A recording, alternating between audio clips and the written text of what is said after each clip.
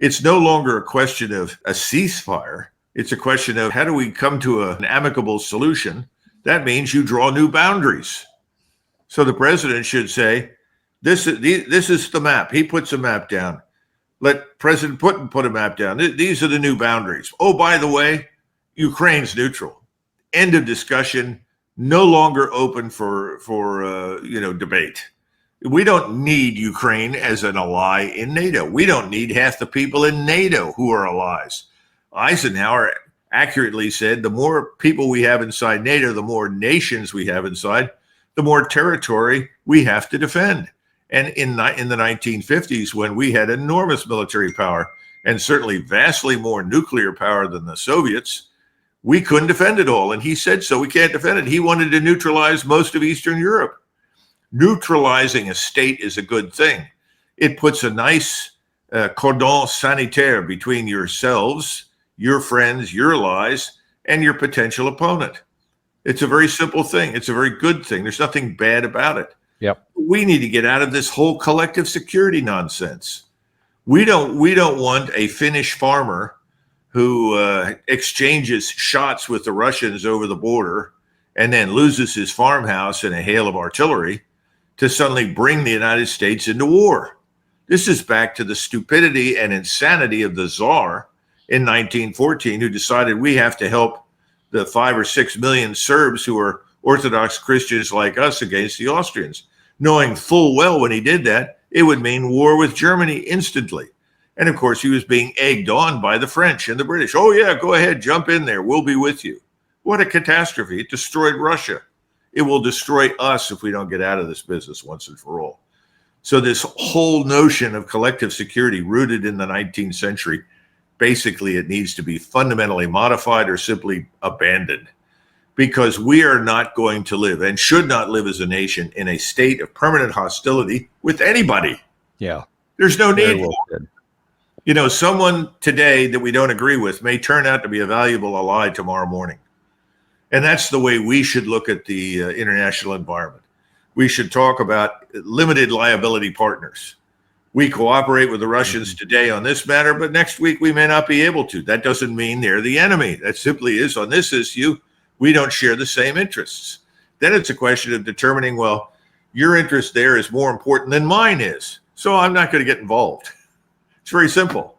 We don't have any interest in Ukraine. We never did. Russia does. So acknowledge that interest and say, how can we help end this thing, preserve whatever we can of Ukraine in a way that makes sense, and that has to be neutrality, and then let's get on with it. But again, as I said at the outset, I don't think President Trump is a free agent. Well, and there's other agents that would like to keep it that way and would like to keep Trump connected in there, and they're doing everything they can. I mentioned the Europeans at the beginning, more on them in just a second, but let's also look at the other, I guess, kind of elephant in the room, and that is Ukraine, you just mentioned, and Volodymyr Zelensky is trying to keep those ties connected.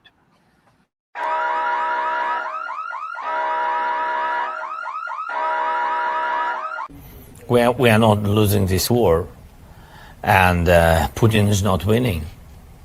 And really, his army now in the weak position.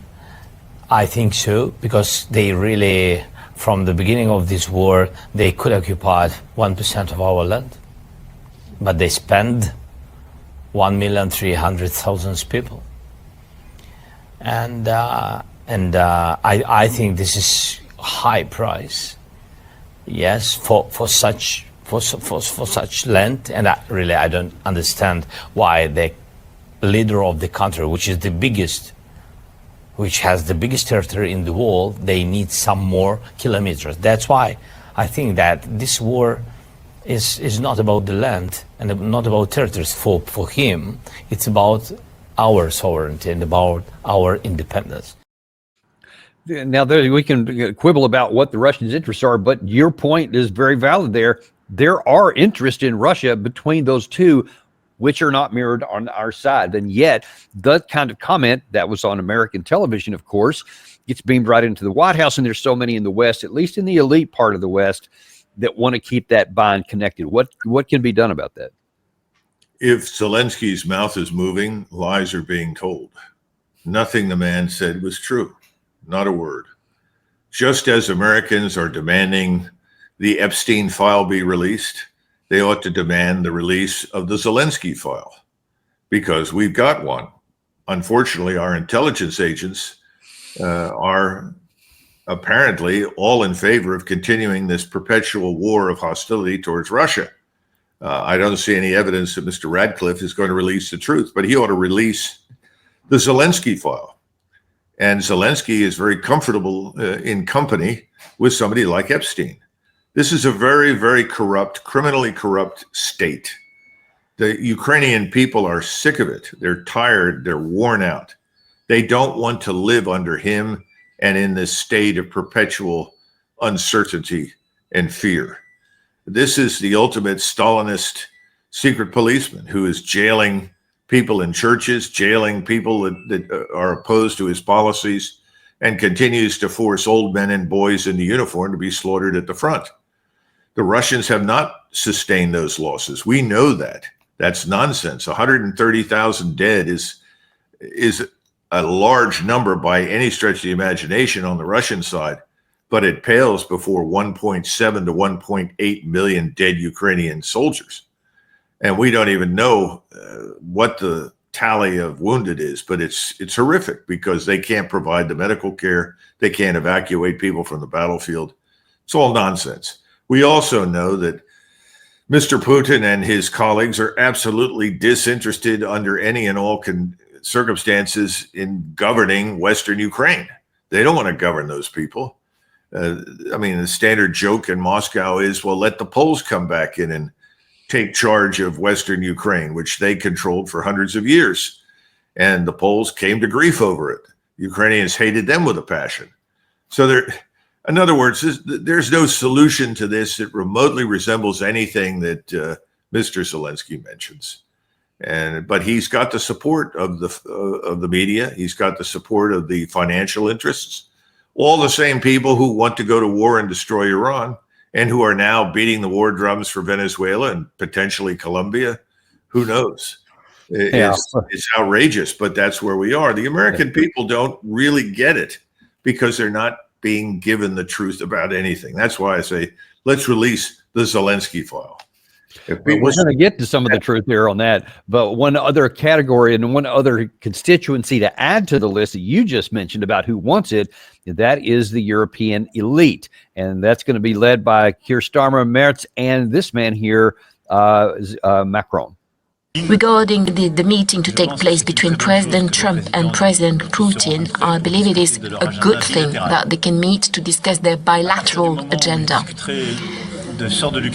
Should they be discussing the fate of Ukraine, the Ukrainians should be sitting at the table. Should they be discussing European matters and the security of Europe, the Europeans should be at the table. That being said, we shall continue to support Ukraine, which is resisting in a very courageous way. They continue to fight and to produce, and on Friday a meeting of the Coalition of the Willing will take place. Some will attend in London, others by video link, and President Zelensky will be there. The only peace that can exist is a long-lasting peace that meets the requirements of international law and sets the condition of stability. There is no alternative, and the Europeans have always been clear in this respect.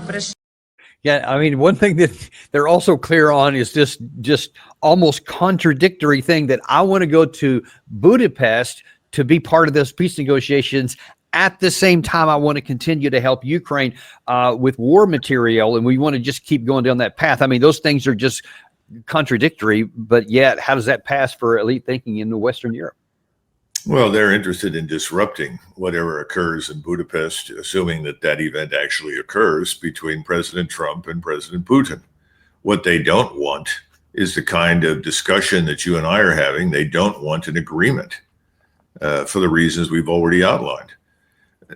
I think Macron and Starmer and Merz are all giving good testimony in the court of history for why rebellions are necessary from time to time inside its societies.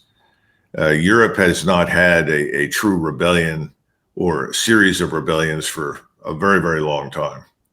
But I think it's getting to the point now where the people of Great Britain, France, and Germany are going to have to come to terms with the reality that to survive as nation states, to emerge from the terrible tragedies and crises that they've been being dragged into by these globalists, the people that are governing them will have to be forcibly removed.